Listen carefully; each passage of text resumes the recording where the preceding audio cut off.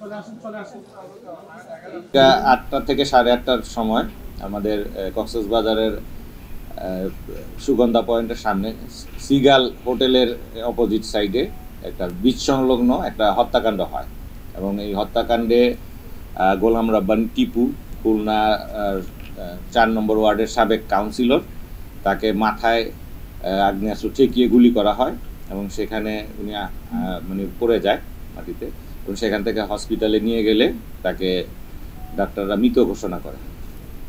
এই হত্যাকাণ্ডের পরপরই এটা একটা ব্যাপক চাঞ্চল্য সৃষ্টি হয় এবং ইলেকট্রনিক্স এবং প্রিন্ট মিডিয়া সহ ব্যাপক আলোচিত হয় সারা দেশে।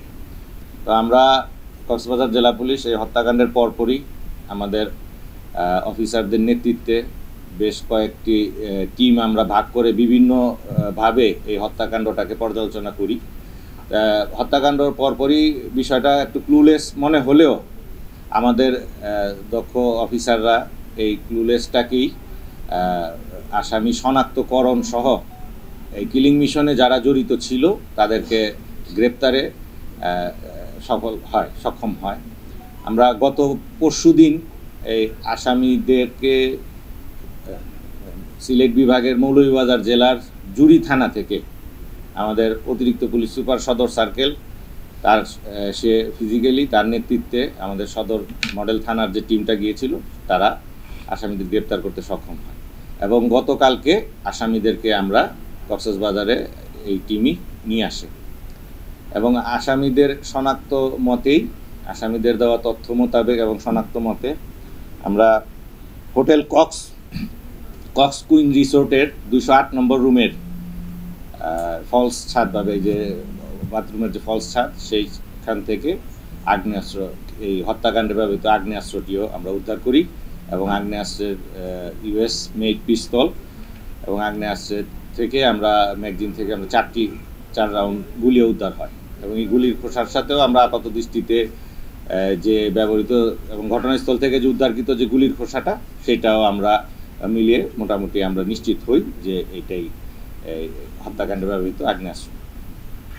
তো হত্যাকাণ্ডটা নানাভাবেই মানে অনেকের মনে প্রশ্ন দিয়েছে যে খুলনার কাউন্সিলর উনি কিভাবে এই হত্যাকাণ্ডটা কক্সবাজারে কেন হইল এবং এই হত্যাকাণ্ডের একটা প্রেক্ষাপট আছে। আপনারা এমনি খুলনার যে জিওগ্রাফিক্যাল যে লোকেশন এবং যে খুলনা বেল্টের যে বিভিন্ন চরমপন্থী সহ বিভিন্ন মতাদর্শের যে বাহিনী, যেমন পূর্ব বাংলা কমিউনিস্ট পার্টি, এরকম বিষয়গুলো খুলনাতে কিন্তু এটা ব্যাপকভাবে আছে। তো এই হত্যাকাণ্ড যদি আমরা প্রেক্ষাপট চিন্তা করি, হত্যাকাণ্ডে যিনি হত্যা করেছেন, এই হত্যাকাণ্ড উনার যিনি শ্যুট করেছেন, গুলি করেছেন, তার নাম হচ্ছে শেখ শাহরিয়ার ইসলাম পাপ্পু। বিগত 2013 সালে এই পাপ্পুর চাচার হত্যাকাণ্ডে এই গোলাম রাব্বানী টিপু তার জড়িত থাকার যে এটা আছে এবং তাদের আমাদের মানে গোপন সূত্রে জানা যায় যে এই হত্যাকাণ্ডটা টিপু নিজেও ওই হত্যাকাণ্ডে ফিজিক্যালি উপস্থিত ছিল।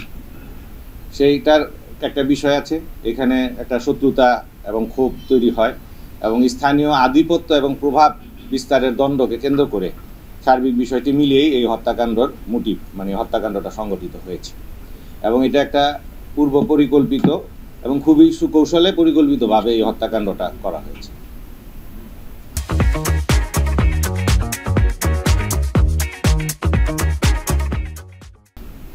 আমরা এই 3 জন আসামিকেই এই হত্যাকাণ্ডের যে মামলাটা রুজু হয়েছে, ভিকটিমের বোনের হাজব্যান্ড এই মামলার বাদী, সেই সদর থানার 18 নম্বর মামলা জানুয়ারি মাসের 302/34 দণ্ডবিধিতে যে মামলাটা রুজু হয়েছে, এই মামলায় আমরা ভিকটিমদের প্রডিউস করব।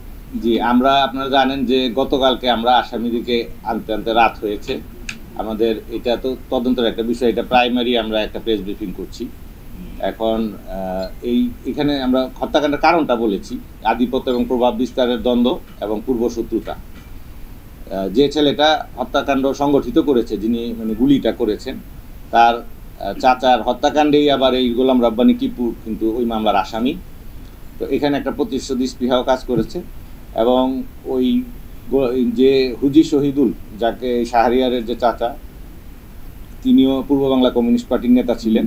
তো এই হত্যাকাণ্ডের দীর্ঘ পরিক্রমার মধ্যে এটা আসে এবং ওই ঘটনায় যে 4 জন আসামি যারা এই ওই হুজি শহীদের হত্যাকাণ্ডে জড়িত ছিল, তাদের একজন 2022 সালে এই একই মোডাস অপারেন্ডিতে তাকে হত্যা করা হয়েছিল।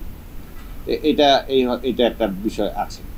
আর এখনই যেহেতু আসামি আমরা মাত্র গ্রেপ্তার করেছি, আমাদের পরবর্তী তদন্তের যে কার্যক্রম আছে সেগুলো আমরা পরিচালনা করব এবং তদন্ত বিশদভাবে করার পরে আরও যদি কিছু পাওয়া যায় আমরা আপনাদের কাছে উপস্থিত। ব্যালিস্টিক পরীক্ষা করাইনি, অস্ত্রটার গায়ে যে মডেলটা লেখা আমরা ঠিক হুবহু ওইটাই বলেছি, ঠিক আছে।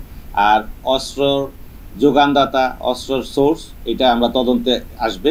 এটা আমরা প্রাইমারি, যেহেতু আজকে প্রাইমারি আসামি অ্যারেস্ট করার পরপরই যেহেতু একটা চাঞ্চল্যকর ঘটনা সারা দেশেই এটা মিডিয়াতে ব্যাপকভাবে প্রচারিত হয়েছে, আমরা প্রাইমারিভাবেই উপস্থাপ হয়েছি। তদন্ত বলা যেতে পারে যে 9 তারিখে ঘটনার পরপর তদন্ত শুরু হলেও আসামি আমরা হাতে পেয়েছি এবং যে হত্যাকাণ্ডে যারা ব্যবহৃত হয়েছে, কিলিং মিশনে অংশগ্রহণকারী এই 3 জনকে আমরা অ্যারেস্ট করাতে আমাদের তদন্ত আরও বেগবান হবে। বাকি পূর্ণাঙ্গ তদন্ত না করা পর্যন্ত অনেক প্রশ্নের উত্তর হয়তো আমরা এখন দিতে পারবো না, এবং কিছু প্রশ্নের উত্তর আমরা তদন্তের স্বার্থেই আমরা দিব না, এটা তদন্তের বিষয় আছে। আর এই 3 জনই তখন কক্সবাজার উপস্থিত ছিল এবং এই মেয়ে গোলাম রাব্বানী টিপুর সাথেই আসছেন এবং উনি হত্যাকাণ্ডেই টোপ হিসাবে উনি এই একটা কাজ করেছেন এবং যারা হত্যা মিশনে অংশগ্রহণ করেছে তাদেরকে উনি সংবাদ প্রেরণ বা যেটাকে বলে আমরা যে ইনফরমার হিসেবে উনি কাজ করেছেন এই ভদ্রমহিলা। আর ওনারা 3 জনই এখানে ছিলেন। এই শাহরিয়ার ইসলাম পাপ্পু, উনি হুজি শহীদুলের ভাতিজা এবং উনার নিজের পূর্ব বাংলা কমিউনিস্ট পার্টিতে সম্পৃক্ততার আমরা এখন পর্যন্ত ওই রকম আমাদের হাতে কোনো তথ্য প্রমাণ নেই। আর গোলাম রসুল যে আসছেন, এটা পাপ্পুর সহযোগী হিসেবে আসছেন এবং তারা একই মেন্টালিটি এবং একই মতাদর্শী বলা যেতে পারে, যেহেতু তার বন্ধুর পারপাস সার্ভ করার জন্য এসেছেন। এবং এই হত্যাকাণ্ডে আরও বেশ কয়েকজনের এখানে কক্সবাজারে অবস্থানের পাওয়া যায়। আর যে বিষয়টি আছে যে উনার সাথে আরেকজন ওয়ার্ড কাউন্সিলর আসছেন, আমরা তার অবস্থানটা এবং তার আসার কারণটা আমরা খতিয়ে দেখছি, এটা তদন্তের মাধ্যমে পাওয়া যাবে। এবং কক্সবাজারের একজন বুট্টু নামের একজন গ্রেপ্তার আছে এই সন্দিগ্ধ হিসেবে, আমরা তার কোনো সম্পৃক্ততা আছে কিনা এটা আমরা তদন্তে খতিয়ে দেখব, এটা তদন্তে আসবে। আর এই নারী এইখানে আপাতত এই হত্যাকাণ্ডের মিশনে সে ইনফরমার হিসেবে কাজ করেছে এবং তাকে সেই হত্যাকাণ্ডের একটা কিলিং মিশনের একজন অংশীদার সদস্য টোপ হিসাবে সে ইনফরমার হিসেবে কাজ করেছে। এই টিপুর সাথে উনি আসছেন, এই টিপু এবং যে আগের আরেকজন ওয়ার্ড কাউন্সিলর 16 নম্বর ওয়ার্ড কাউন্সিলর যিনি আছেন চালু, ওনার সাথে একসাথেই ওনারা 8 তারিখে এসেছেন এবং এই 9 তারিখ হত্যাকাণ্ডের পরপরই এই অন্য খুনিদের সাথেই কক্সবাজার ত্যাগ করেছেন। এইটা খুনটার আসামির অবস্থানটাই হচ্ছে খুনের এখানে কারণ, যেহেতু এটা আপনারা বুঝতে পেরেছেন এটা একটা টার্গেট কিলিং এবং এই কিলিংটা যে কোনো জায়গায় হতে পারত এবং খুনি যারা তারা আসামির অবস্থান এবং তাদের খুন করার পরিবেশটা এখানে সুইটেবল মনে করে এখানে হত্যাকাণ্ডটা ঘটিয়েছে। আর আমরা আসামিদের যে শনাক্ত করেছি এটা আমাদের অফিসাররা তা গোপন সংবাদের ভিত্তিতে এবং এই যে সোর্স, আমাদের বিভিন্ন সোর্স যেগুলো নিয়োগ করা হয় এইগুলোর ভিত্তিতেই আমরা এই আসামিদের শনাক্ত করতে সক্ষম হচ্ছি এবং আসামিদের অবস্থান জেনে আমরা মৌলভীবাজার জেলার জুড়ি থানা থেকে আসামিদেরকে গ্রেপ্তার করেছি। আসামি একজন হচ্ছে যে ভদ্রমহিলা ছিলেন, ওনার সাথে ওনার নাম হচ্ছে ঋতু। উনিও 4 নম্বর ওয়ার্ড এর বাসিন্দা, যে আমাদের যে মামলার ভিকটিম গোলাম রব্বানী টিপু, ওই টিপুর যে ওয়ার্ড সেই ওয়ার্ডেরই বাসিন্দা। শেখ শাহরিয়ার ইসলাম পাপ্পু, তিনিও একই ওয়ার্ডেরই বাসিন্দা।